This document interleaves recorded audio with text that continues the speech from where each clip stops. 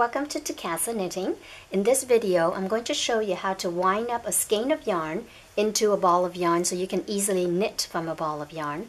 Sometimes when you buy yarn, it comes in a skein like this, and you can't really knit like that because it would be rather difficult. It will get tangled up. So what you would like to do is wind it up into a ball of yarn. So when a skein's like this, you just unravel the skein.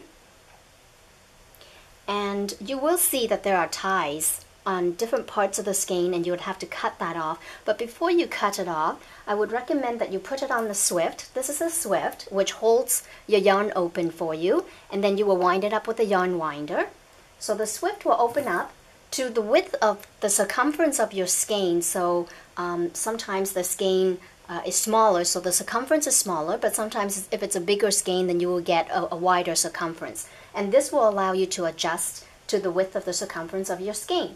So what you would do is you would open up the skein like this, place it over the swift with one hand, so you slide it to the edge there, and the other hand you're just pulling it so that it sits right onto the swift, and then you open it up and it will basically hold your whole skein open like that for you. And then you would go ahead and find where the ties are.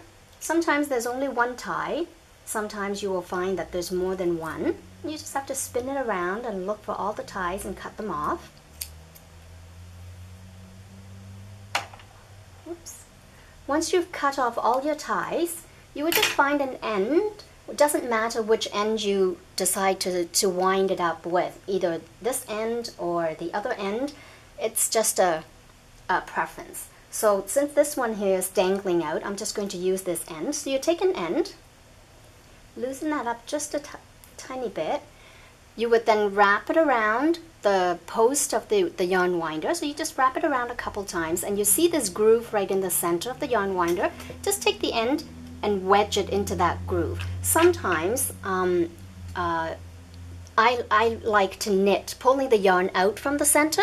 Then that would make it easier for you to be able to find that end once you've wound it up. Then the other thing that you need to do is take the other side, the long or the attached side of the yarn, and just hang it onto or just pass it through the arm there.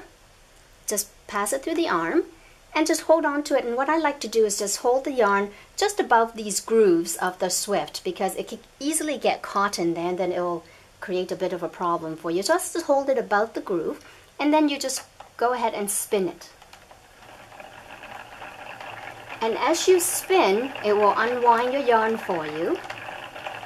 And you basically would just keep going like this until you reach the end of your skein.